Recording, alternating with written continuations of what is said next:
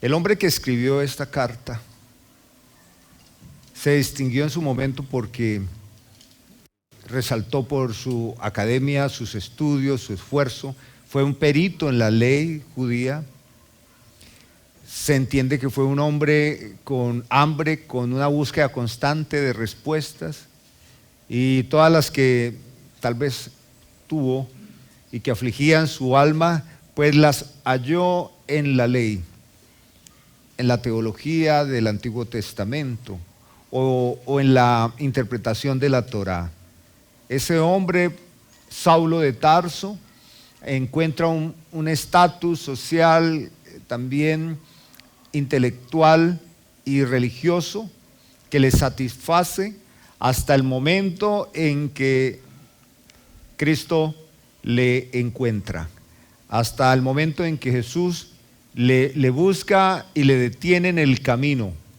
Y así puede suceder, y así podemos conocer la historia de muchas personas, como Dios en su búsqueda, en su andar, en su procurar, en su adquirir, de repente como que Dios entra en su historia y transforma su realidad. El caso del apóstol Pablo es el caso de alguien que experimentó una transformación radical de fondo en todos los aspectos de su vida.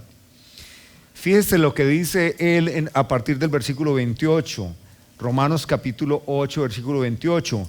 Y sabemos que a los que aman a Dios, todas las cosas les ayudan a bien. Yo estaría de acuerdo con usted que no escucharía tanto a una persona que hable de esa manera, se exprese de esa manera y que aparentemente haya tenido una vida muy tranquila, que no haya experimentado el sufrimiento, las presiones, las grandes dificultades. Pero este no es el caso del apóstol Pablo. Este hombre sufrió muchos embates en su vida, y el más crítico que él experimentó es justamente Jesús. Camino de Emaús, Jesús le llega interrumpe sus planes religiosos y destruye todo lo que era para Pablo su estabilidad, y la vida de Pablo es transformada. A partir de ese momento, Pablo empieza a ver la vida de una manera distinta y a unirse con Cristo incluso en sus grandes sufrimientos.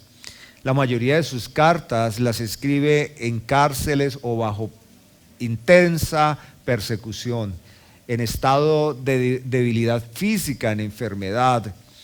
Así que esta es la talla o la condición de este hombre que dice esto: y sabemos que a los que aman a Dios, todas las cosas les ayudan a bien.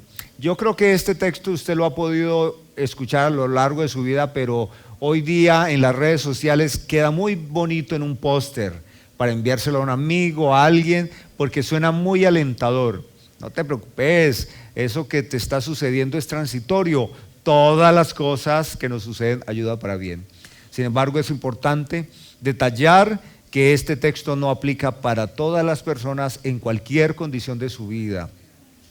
Está insertado aquí en una realidad, y es la condición caída del hombre, la gracia de Dios que asiste, el llamado eficaz, la salvación que es mediante la fe y no por obras. Todo esto es argumento del apóstol Pablo para sensibilizar el corazón de la gente que considera que desde sus propios esfuerzos puede ganar el favor de Dios. Y Pablo está diciendo: mire, eso lo piensa de esa manera por lo corrupto de su corazón. Y justamente por lo corrupto del corazón es imposible que el hombre pueda agradar a Dios o pueda satisfacer las demandas justas de la ley. Y es por eso que Dios ha mostrado su gran amor, que ha enviado a su Hijo, porque es a través y por medio de su Hijo que el hombre puede ser salvo. Alguien se preguntará: ¿pero salvo de qué? ¿Quién me persigue? Hay algo que le persigue, o alguien que le persigue siempre al ser humano que no se ha reconciliado con Dios, y es la sentencia de la ley de Dios. Pero continuando con lo que nos dice el apóstol Pablo aquí en este versículo 28, Resalto en primer lugar que Pablo afirma contundentemente, sin lugar a dudas, y sabemos que esto no es la manera como hoy día se abordan las conversaciones, no es la manera como se relacionan los criterios. Y usted escucha que si algo se atañe o se inserta en una conversación para darle crédito, es decir, está comprobado científicamente. ¿He escuchado eso? En los debates, en las conversaciones, y la gente dice, esto que les digo está comprobado científicamente, y eso parece ser como que cerrara la discusión. Ya no puedes decir nada más porque lo que te estoy afirmando está corroborado por los hallazgos científicos. Es una manera como hoy se discute y se soportan las ideas bajo los créditos, el estudio o el consenso de expertos. Eso no es lo que está diciendo Pablo. Él no se está argumentando en ningún esfuerzo humano, en ninguna contingencia, ni tampoco en la experiencia pasada. Ese Pablo, que fue un erudito de la ley, que conocía página a página cada dato del Antiguo Testamento, dice, y sabemos, y creo que esto debe ser algo muy propio del creyente en cuanto a lo que es nuestra esperanza de vida. Sabemos, no es tengo esta opinión, me parece, tengo este sentir, estoy por señalar que esto es posible. No, lo que dice Pablo es ciertísimamente sabemos que a los que aman a Dios, el segundo aspecto, los que aman a Dios, todas las cosas les ayudan a bien. ¿Amar a Dios será acaso una condición para que las cosas que me suceden me ayuden a bien? Podemos pensar en eso, sin embargo, quiero decir que no es la manera como Pablo está aquí hablando. No es tanto que amar a Dios garantiza nuestro bien, nuestro bienestar, sino que amar a Dios es una evidencia de nuestra relación con Él, de ese vínculo que tenemos en Él, y como estamos en Él, ahí sí, como dijo la abuelita en aquel pueblo, en aquella congregación de paja y bareque, pero en unos fundamentos sólidos, Cristo. Al cristiano, por mal que le vaya, siempre le irá muy bien. Bien no, muy bien. Muy bien. A los que aman a Dios, todas las cosas ayudan a bien. Esto que está afirmando Pablo, de que todas las cosas ayudan a bien, a los que tenemos un vínculo con Dios, a los que conforme a su propósito son llamados. Y quiero decir que todo lo que nos ha sucedido en la vida ha sido bueno. Ustedes son testigos de cómo familia pasamos por un tratamiento oncológico muy duro, muy doloroso. Y podemos decirlo, lo podemos afirmar, y lo hace Angélica a menudo. Esto ha sido bueno. Esto ha sido bueno. Y no es que Angélica sea masoquista, ¿no? Como que le encanta el sufrimiento, o que aquí hacemos una defensa del sufrir, como en algunas perspectivas religiosas del Medio Oriente, donde el sufrimiento lo ven como un aspecto de la dignidad del ser humano. No. Sino que el sufrimiento es parte de la vida, pero es parte de eso que Dios se sirve en nuestro crecimiento. Ahora, la mayoría de las personas que se encuentran hoy sentadas en una silla, en un auditorio, en un templo, en una iglesia, la mayoría de las personas han acudido con muchas necesidades. Y tal vez su caso es así. Aunque no todos llegamos o asistimos a un domingo a la congregación tan cargados, siempre habrá un momento en nuestra vida para estar no solo cargados, sino sentirnos destruidos, derrotados.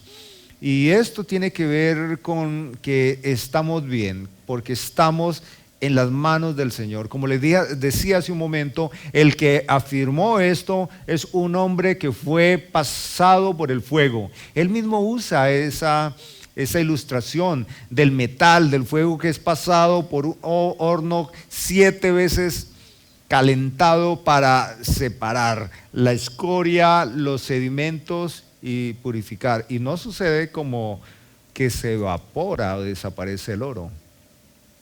No. El fuego no destruye el oro, lo purifica. Todas las cosas, incluyen las que son agradables para nosotros, como también las que quebrantan nuestro corazón. Y aún así tengo que decir que esto de vivir diferentes experiencias de la vida no solo tiene que ver con el creyente. Todos los seres humanos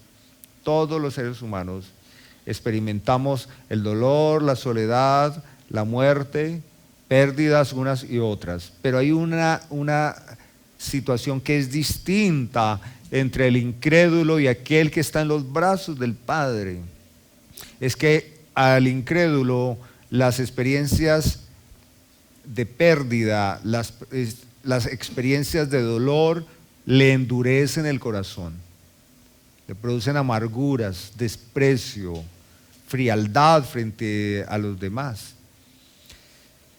En el caso del creyente, todas las cosas obran para bien porque tiene un propósito glorioso y lo veremos más adelante. Pero dice Pablo que todo esto que sucede en nuestras vidas, bien y mal, que es para nuestro provecho, es conforme al propósito de Dios.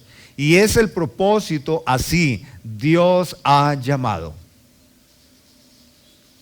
Este mismo escritor en la carta a los Efesios, en el capítulo 1, lo hemos leído antes, él exalta el nombre de Dios. Dice: bendito sea el Dios y Padre de nuestro Señor Jesucristo, que nos bendijo con toda bendición espiritual en los lugares celestiales en Cristo Jesús. Y dice que Él nos llamó, que Él nos escogió, que Él nos predestinó por el puro afecto de su nombre. Se inserta esa doctrina de la predestinación, del llamamiento, del propósito de Dios, y esto debe alegrar nuestro corazón.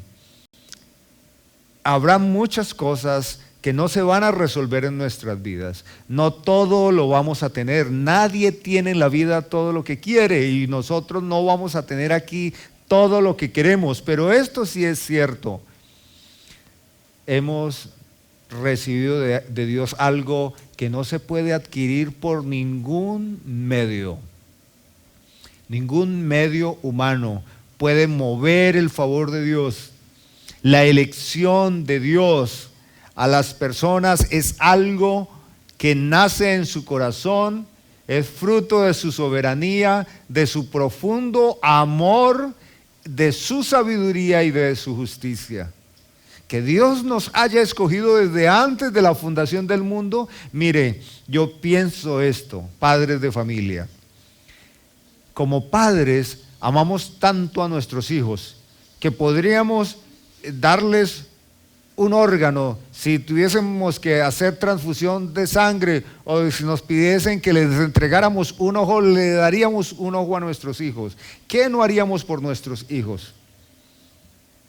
Amamos tanto a nuestros hijos que a veces hasta los idolatramos, pero no podemos otorgar a ellos el favor de Dios, que los llama, que los predestina para que todo lo que vivan en esta tierra sea para bien. Así que yo sé que mis hijos tendrán que vivir situaciones que yo no deseo. Y si pudiese evitárselas, no duden, lo haría. Pero no es posible. Sin embargo, me llena de confianza en el Señor que Dios los ha llamado. Eso no tiene discusión para mí. Ahora, ¿Dios me dijo que los llamó? ¿Acaso se me ha aparecido un ángel? ¿O hay una confirmación aquí que me dice que ellos? Yo lo creo y confío en el Señor. Y Él verá. Y con eso me quedo.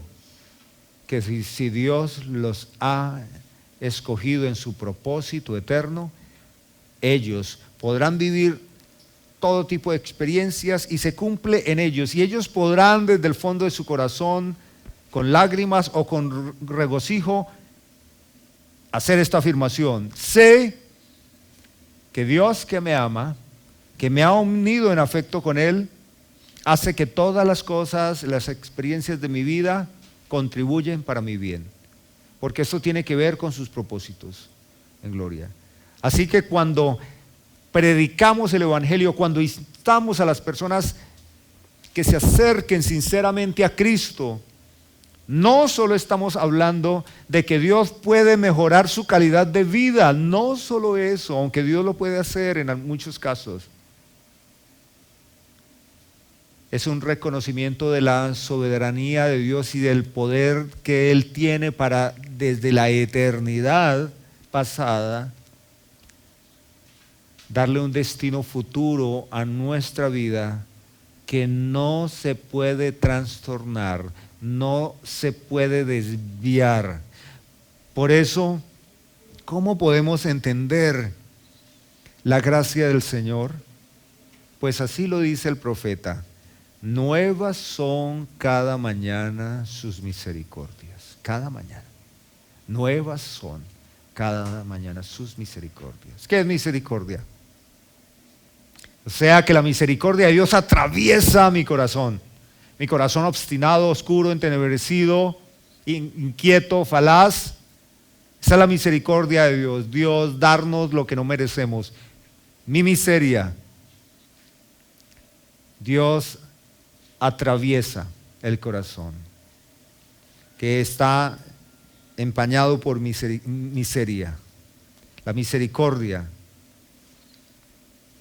Bien, porque a los que antes conoció, también los predestinó para que fuesen hechos conforme a la imagen de su Hijo. Porque a los que antes conoció. Esta palabra conocer tiene una implicación afectiva muy importante. Y lo vemos en la forma como lo expresa en el Antiguo Testamento. Cuando leemos los relatos de matrimonio, de pacto matrimonial, encontramos el conocer.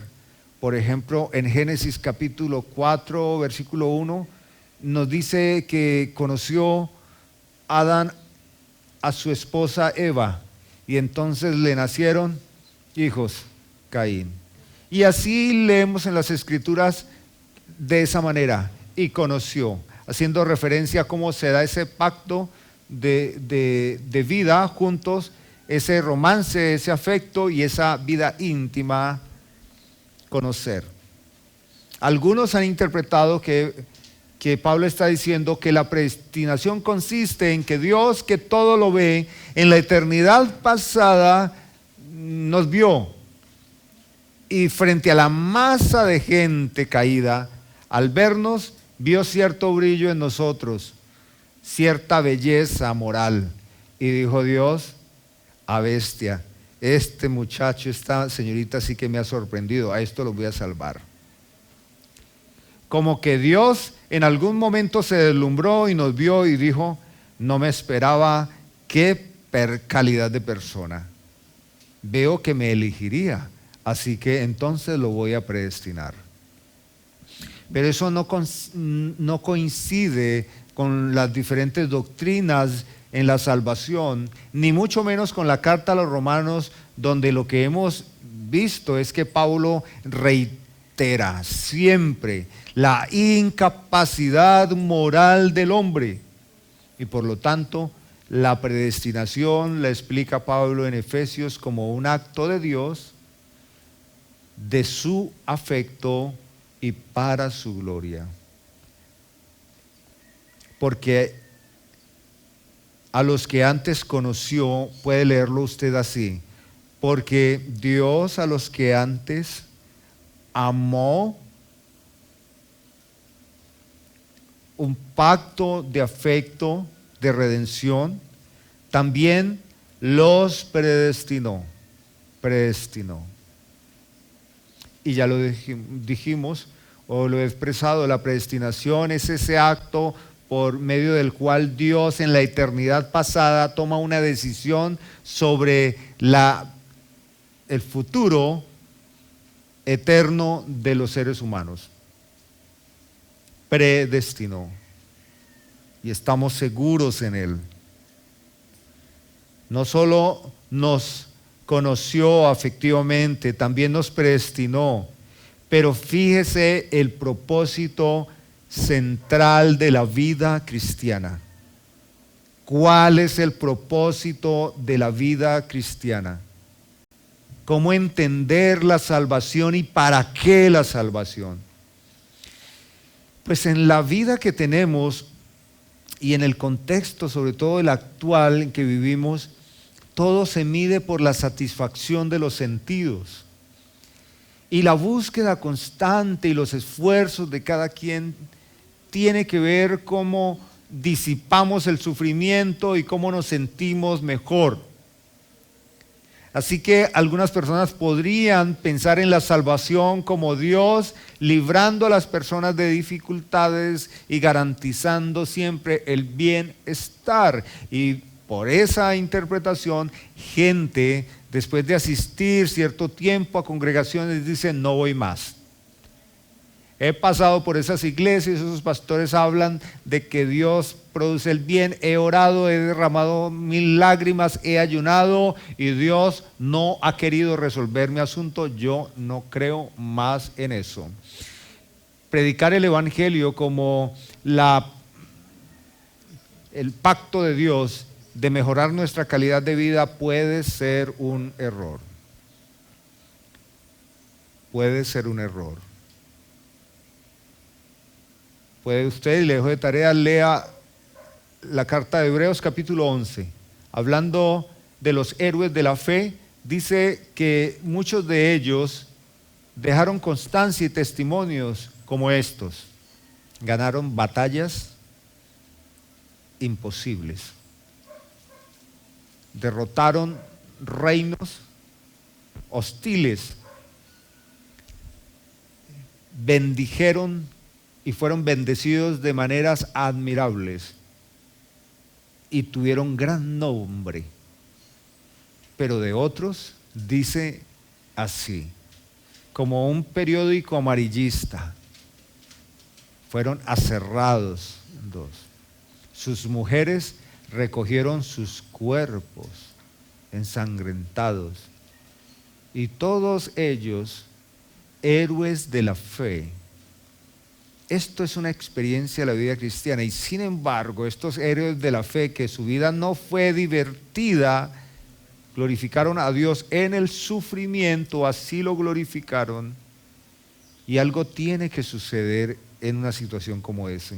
Tiene que ser que el poder del Espíritu Santo sobre la persona es tal que la persona puede dar gloria a Dios en el momento más difícil de su vida. El primer mártir, ¿no? ¿Qué hace el primer mártir, Esteban? Le están rompiendo el cráneo con piedras, les tiran piedras con la mayor fuerza. Y él levanta sus manos, intercede por ellos y ve la gloria de Dios. Como deseo que ustedes y yo podamos tener la experiencia de la fuerza y la perspectiva clara de nuestra unión con Cristo en una situación tan difícil, porque nunca deberíamos levantar nuestro puño y renegar del Señor. El propósito central y el culminante de la vida de Cristo lo dice así: para que fuésemos hechos conforme a la imagen de su Hijo. Esa es, hermanos. ¿Le parece divertido? ¿Le parece una gran noticia? ¿Le parece una gran bendición?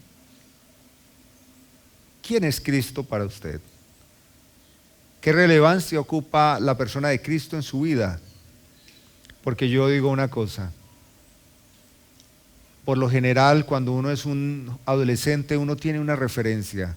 Alguien que admira y uno dice, yo quisiera ser como mi papá o como esta persona. Yo les he contado que cuando yo tenía como 7 o 8 años, yo quería ser Superman.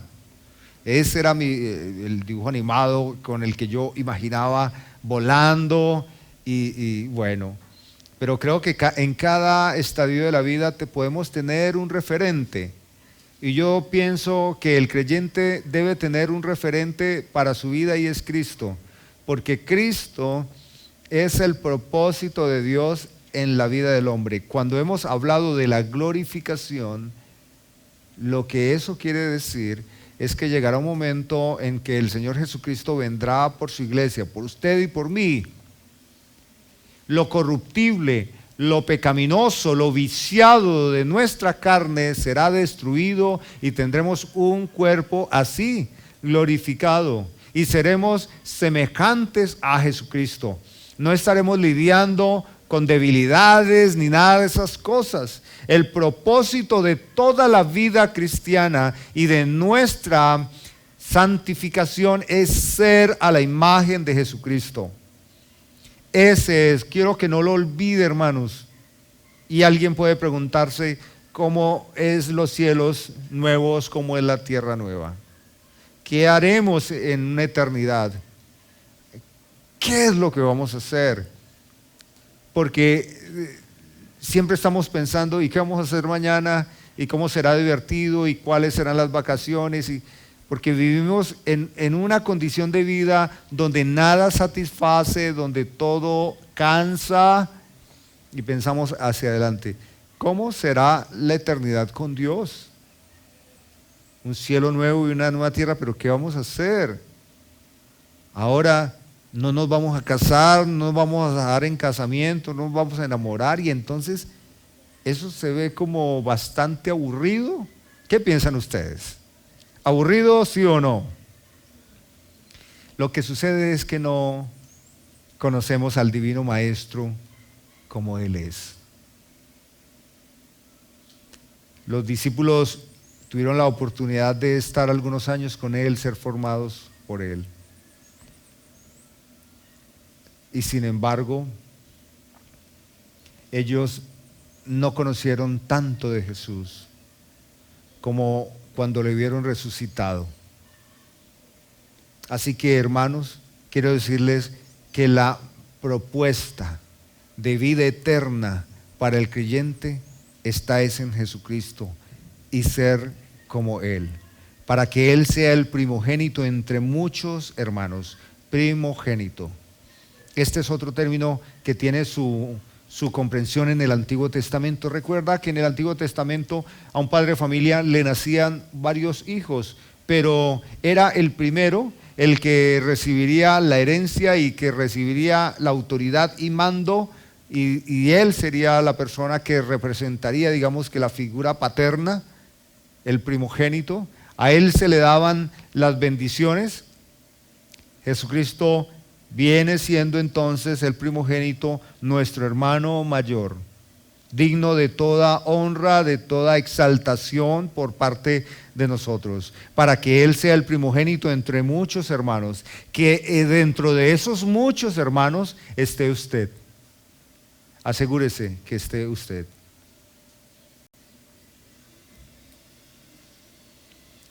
Y a los que predestinó, a estos también llamó. Y a los que llamó, a estos también justificó.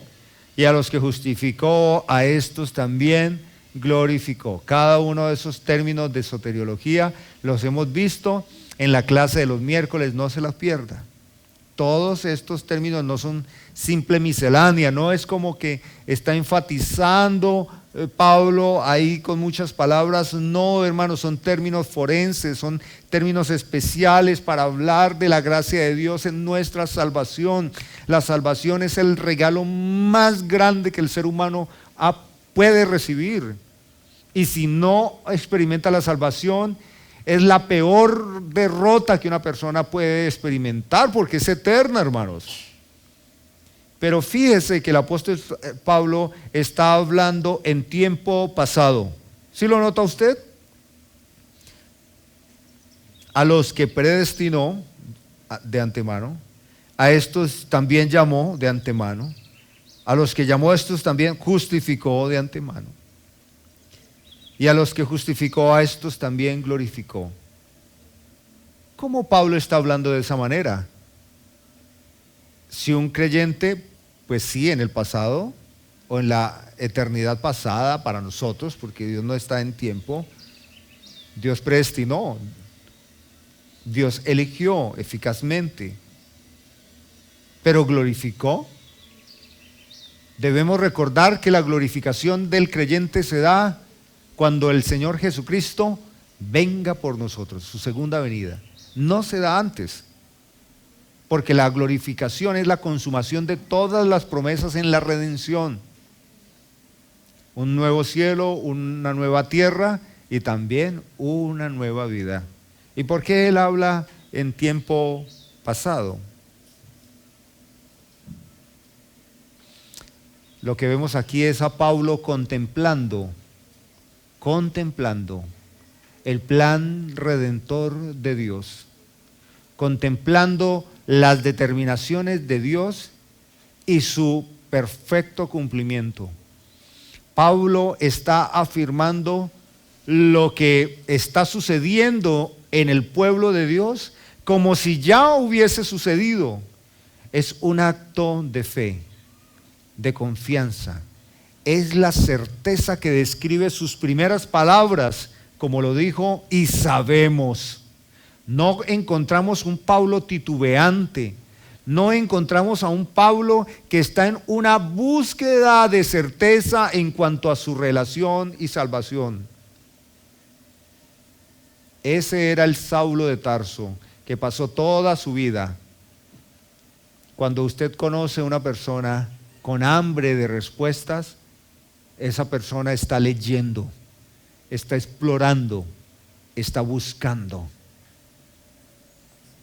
Cuando una persona encuentra a Jesucristo, usa afirmaciones claras. Sabemos, estoy convencido de esto. Es la manera como siempre leemos las cartas de Pablo y podemos percibir ese trato de Dios en el corazón de él. En él no hay incertidumbre y no la debe haber en ninguno de ustedes, hermanos. No debe haber incertidumbre. La obra de Dios es tan segura, hermanos, que todo lo que nos sucede debemos verlo ya como algo que en la mente y el corazón de Dios se ha completado. Lo vamos experimentando, pero se ha completado. Me gusta una frase de alguien, algún predicador, y él dijo que el futuro, nuestro futuro, es el periódico de ayer de Dios. ¿Lo ha escuchado? Me encanta esa frase. Nuestro futuro, lo que vemos hacia adelante, es el periódico que Dios leyó ayer, pero me gusta por como lo dice, aunque ciertísimamente tiene algo que es como que le informa a Dios, y a Dios nadie le informa. De hecho, Dios todo lo ha orquestado, lo ha planeado perfectamente en su soberanía, y gracias a eso es que nada saldrá al azar. ¿Qué pues diremos? ¿Qué pues diremos a qué?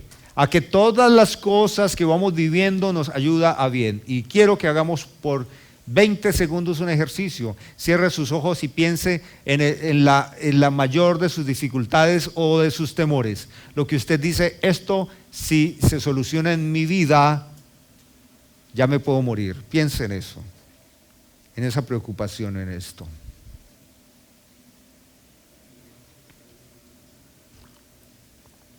Ya lo pensó, ahora quiero decirle esto. ¿Y qué tal si se muere sin que eso se solucione?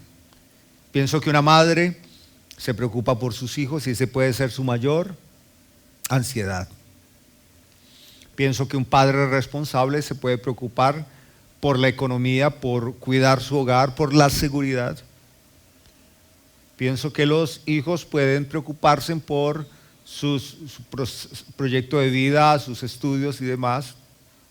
Pienso que una persona que está adquiriendo responsabilidades se preocupará por su trabajo, por su empleo, por su estabilidad. ¿Y qué pasa? ¿Qué tal si nada de eso es seguro y si no obtenemos lo que queremos? Pues sabemos que a los que aman a Dios todas las cosas operan a bien. Y operan a bien, y el argumento de Pablo es porque estos son el pueblo de Dios, escogidos por Dios, predestinados por Dios, amados por Dios, con el propósito de ser conformados a la imagen de Jesucristo. Que pues diremos, si Dios es por nosotros, ¿quién contra nosotros? Y nos presenta a Pablo un posible caso, como si acaso hubiera alguien que orgullosamente se opusiera a las determinaciones eternas de Dios. Puede haber alguien que lo haga, alguien se puede oponer, puede afectar las determinaciones de Dios. Imposible, imposible. No hay nada, no hay nadie que pueda cambiar el rumbo de la historia, lo que Dios ha determinado. Ahora, si Dios es por nosotros, ¿quién contra nosotros? El que no escatimó ni a su propio Hijo, sino que lo entregó por todos nosotros, ¿cómo no nos dará también con Él todas las cosas? Él está diciendo eso. El Padre dio lo más valioso por usted, ahora ¿cómo no dará las pequeñas cosas de su vida? ¿No nos dará todas las cosas? ¿Qué son todas las cosas? Son todas aquellas que Pablo empezó a hablar o puso en contexto. Los que aman a Dios, todas las cosas ayudan para bien. Todas las experiencias de vida en la vida cristiana. El Señor nuestro Dios nos dará todas las cosas que contribuyan a ser más como Cristo. Y tengan claro, algunas cosas serán de difícil manejo. ¿Por qué no puedo estar de acuerdo con el suicidio? ¿Por qué no puedo estar de acuerdo con la eutanasia? ¿Por qué no puedo estar de acuerdo con esos conceptos? Porque las Escrituras dicen que Dios nunca pondrá una prueba que no sea humana, que no sea soportable, sino que junto con la prueba Dios nos dará ¿qué? Entiendo la eutanasia o el suicidio de alguien que no teme a Dios, que no ha experimentado el nuevo nacimiento porque no tienes nada, estás solo.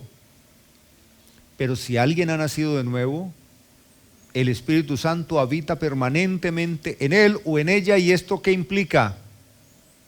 Que toda adversidad, todo camino duro, difícil, está siendo acompañado por el Espíritu Santo. Todo camino difícil es la talla, la medida del creyente, del que lo está viviendo. Junto con la prueba, Dios nos dará la salida. Dígale, Señor, te doy gracias, porque lo que esté viviendo en mi vida o lo que pueda vivir más adelante que desconozco que pueda ser, será a mi medida, a mi talla. No me darás algo que no pueda soportar. Así que si lo identifico, podré decir, Señor, todas las cosas que me das ayudan para bien. ¿Quién acusará a los escogidos de Dios? Dios es el que justifica. ¿Quién condenará? Cristo es el que murió, más aún el que también resucitó, el que además está a la diestra de Dios, el que también intercede por nosotros. Fíjese que la semana pasada concluimos escuchando a Pablo diciendo que el Espíritu Santo toma nuestras endebles oraciones y las lleva al Padre con gemidos indecibles. No sabemos cómo orar como conviene, pero el Espíritu Santo traduce nuestras plegarias y sabe Dios cómo son. Pero lo hermoso es que las oraciones que lleva el Espíritu Santo, que hace de cartero, si estuviésemos en el siglo XX, ¿no?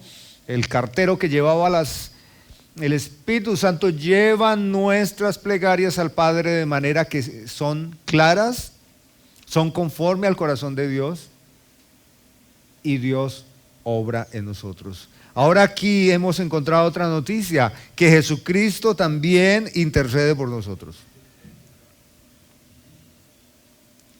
Dígame usted, hermano, ¿sabía usted que está más protegido jurídicamente que nadie en el mundo?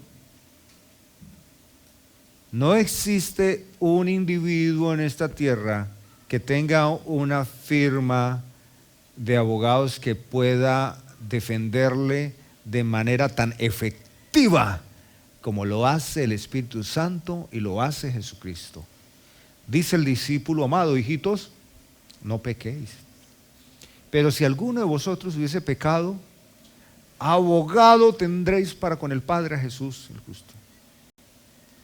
El Espíritu Santo lleva nuestras oraciones al Padre, Jesús también. Más aún el que también resucitó, el que además está a la diestra de Dios y que también intercede por nosotros. ¿Quién nos separará del amor de Cristo? Y lo cantamos hace un momento. Pero quiero que por favor escuche con mucha atención, digiera cada una de estas palabras, contemplándolas a la luz de su propia vida, de las experiencias que ha vivido. ¿Quién nos separará del amor de Cristo? Separará. Tribulación. ¿Alguna vez usted en su vida ha experimentado tribulación? ¿Sabe qué es tribulación?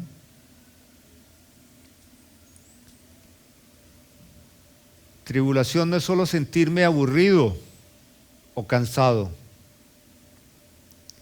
Es estar destruido y en situación de tal indefensión y de vulnerabilidad, donde todo lo que me rodea parece que ha estado orquestado para una sola causa: mi completa destrucción. En mi oficio pastoral no veo personas todo el tiempo en situaciones así, pero sí me he encontrado con creyentes en situación así, de tal tribulación. Cristianos amenazados de muerte, cristianos desterrados, cristianos con un diagnóstico terminal, y no solo eso, hermanos, con un dolor que no lo alivia ni la morfina, nada. Cristianos demandados por sus propios familiares, tribulación. Bueno, puede que usted haya vivido algo así.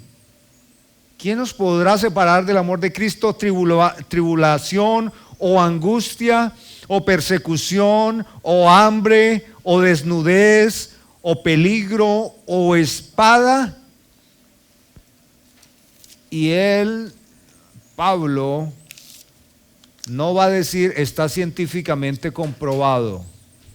Él no va a darle credibilidad a su argumento por razón de hombres. Él dice así: como está escrito, por causa de ti somos muertos todo el tiempo, somos contados como ovejas de matadero. Está comprobado por la palabra de Dios. Antes, en todas estas cosas que podamos vivir, hermanos, las que hayamos vivido o las que Dios tenga planeadas, no hay que vivir con miedo. En todas las cosas somos, ¿qué? Es normal decir somos vencedores. Decir más que vencedores es una figura, como una figura literaria, porque es como extrapolar, como exagerar, ¿cierto?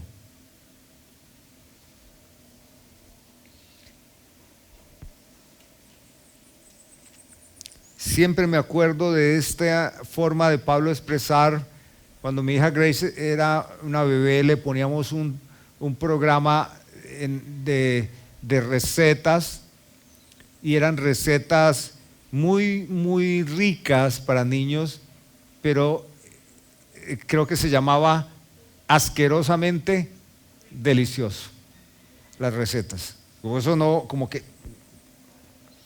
Pero era una manera de extrapolarlo, de exagerarlo, de una manera que llamara mucho la atención, y es lo que vemos en Pablo, y dice que nosotros no solo somos vencedores en este trazo de vida que Dios tiene, sino que somos como más que vencedores, mucho más que vencedores, hermanos.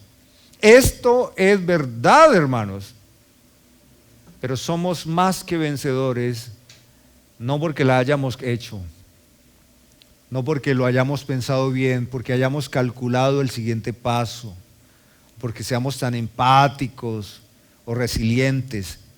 Lo que dice Pablo es que somos más que vencedores por medio de aquel que nos amó. Es por medio de aquel que nos amó.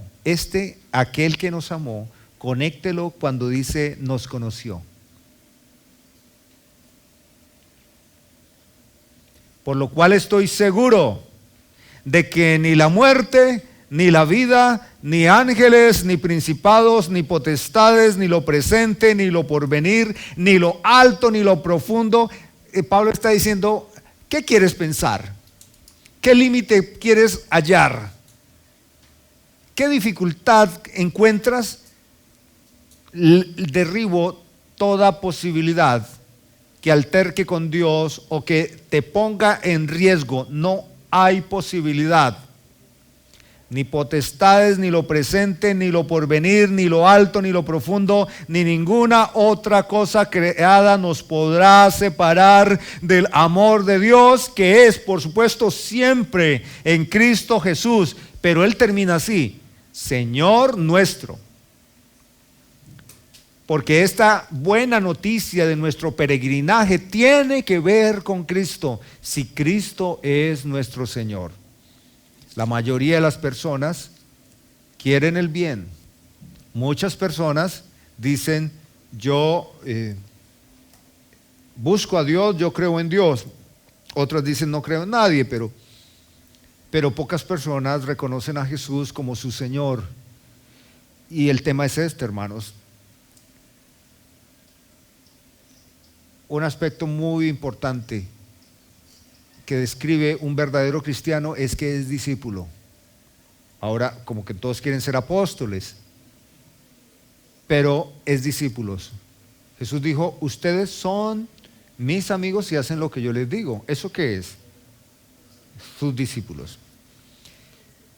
Se describe el discipulado como alguien que ve a Jesús como su maestro, pero se describe la vida cristiana firmemente cuando alguien ve a Cristo como su Señor. Él es el Kyrios, el Señor o amo o el dueño de todo de mi vida. ¿Y yo soy qué? Si la figura es Kyrios, yo soy doulos, ¿cierto? Soy siervo. Si Él es el maestro, esa es la figura, yo soy discípulo. ¿Qué nos podrá separar del amor de Cristo? Yo digo, hermanos, que este mensaje del apóstol Pablo nos debe producir mucho gozo y tranquilidad.